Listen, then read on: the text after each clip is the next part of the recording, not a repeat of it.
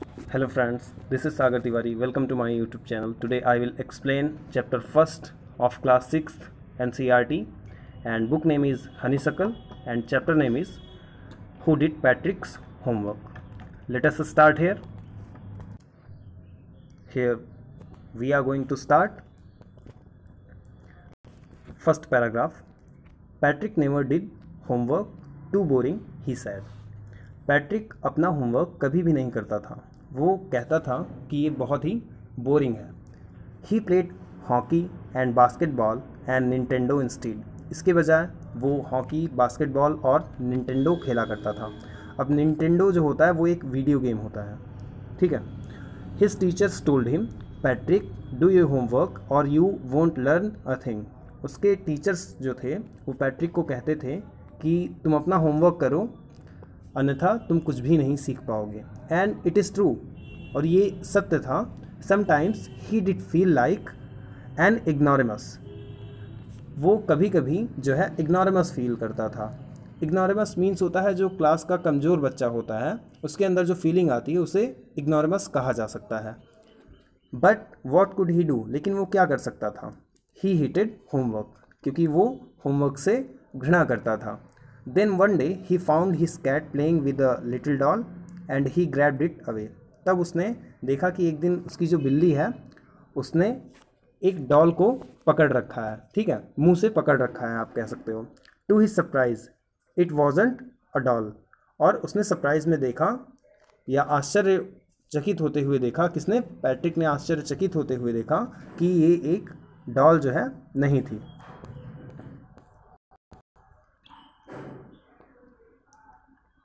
Eight all but man of tiniest size. बल्कि यह तो जो है एक छोटे साइज का व्यक्ति था. He had a little wool shirt with old fashioned breeches and high tall hat much like a witch. उसने एक जो है वूल की शर्ट पहनी हुई थी और एक ओल्ड फैशन ब्रिच पहना हुआ था. ब्रिच मीन्स आप कह सकते हो ट्राउज़र, ठीक है. और एक लंबी सी टोपी थी जो कि एक जादूगर की तरह लग रही थी, ठीक है, मतलब जैसे जादूगर टोपियाँ पहनते हैं उस तरह की टोपी उसने पहनी हुई थी. ही येल्ड, वो चिल्लाया. Save me, don't give me back to that cat. मेरी रक्षा करो और उस बिल्ली को मुझे वापस मत दो. I will grant you a wish, I promise you that. मैं तुम्हारी एक इच्छा पूरी करूँगा और मैं ये तुमसे वादा करता हूँ, उस छोटे व्यक्ति ने कहा, ठीक है. Patrick could not believe how lucky he was. Here was the answer to all of his problems. Patrick विश्वास नहीं कर सकता था कि वह कितना भाग्यशाली था. यहाँ पर उसके सारे आंसर्स थे उसकी सारी प्रॉब्लम्स के, या आप कह सकते हो उसकी सारी समस्याओं का हल था. सो ही सैड, इसलिए उसने कहा, only if you do all my homework till the end of the semester, that is 35 days.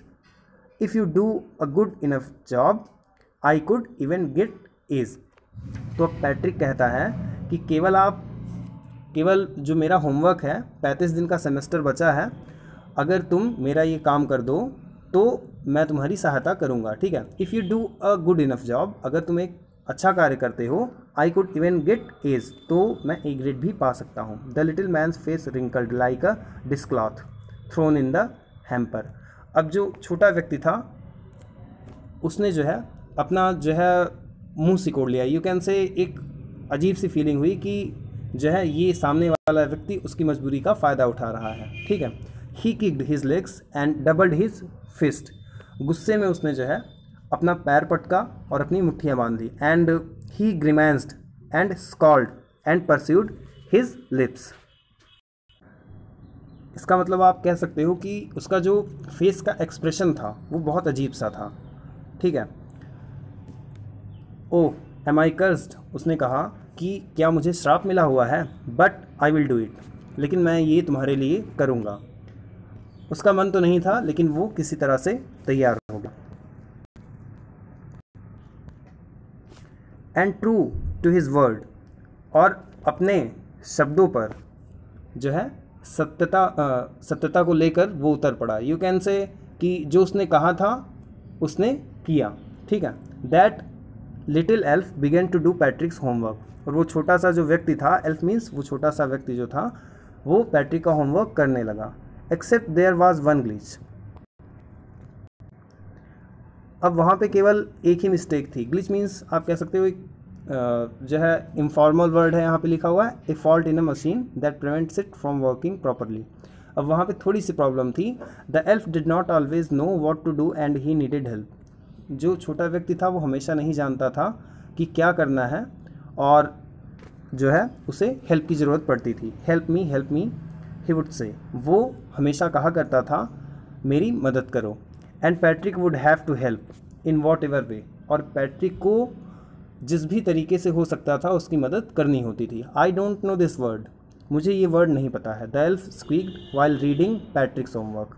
अब जो वो एल्फ था पैट्रिक का होमवर्क करते समय थोड़ा सा यू कैन से चिल्लाते हुए कहा या बहुत अजीब ढंग से उससे कहा, गेट मी अ डिक्शनरी, मेरे लिए एक डिक्शनरी ले आओ। नो, व्हाट्स इवन बेटर, नहीं इससे तो अच्छा ये है, look up the word and sound it out by each one, कि तुम एक एक शब्द को देखो और एक एक करके पढ़ो।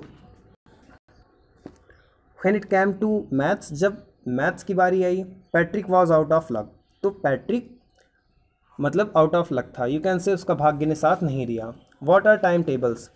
अब ये जो छोटा व्यक्ति है एल्फ है, ये कहता है कि टाइम टेबल्स क्या होते हैं। द एल्फ श्रिक्ड, उस एल्फ ने कहा, थोड़ा खींचते हुए कहा, we elves never need that, हमें टाइम टेबल की आवश्यकता कभी नहीं होती है। And addition and subtraction and division and fractions, और ना तो कभी एडिशन, सब्सट्रैक्शन और डिवीज़न या फ्रैक्शन की आवश्यकता होती है। Here sit down beside me, यहाँ मेरे बगल में बैठो। You simply must guide me, और वो छोटा सा व्यक्ति पैट्रिक से कहता है कि तुम मेरे बगल बैठो और मुझे आराम से गाइड करो।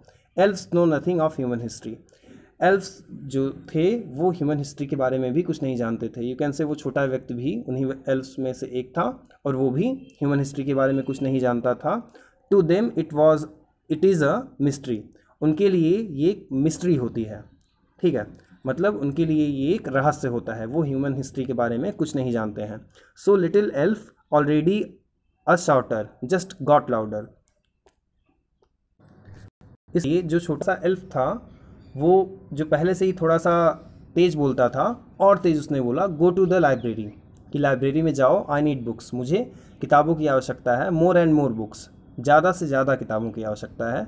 And you can help me read them too, और तुम मेरी उन किताबों को पढ़ने में भी मदद कर सकते हो। ये एल्फ किससे कह रहा है? पैट्रिक से कह रहा है। This was the first part of chapter first. Soon I will record another video for you. So friends, if you liked the video, then please subscribe my channel, share the videos.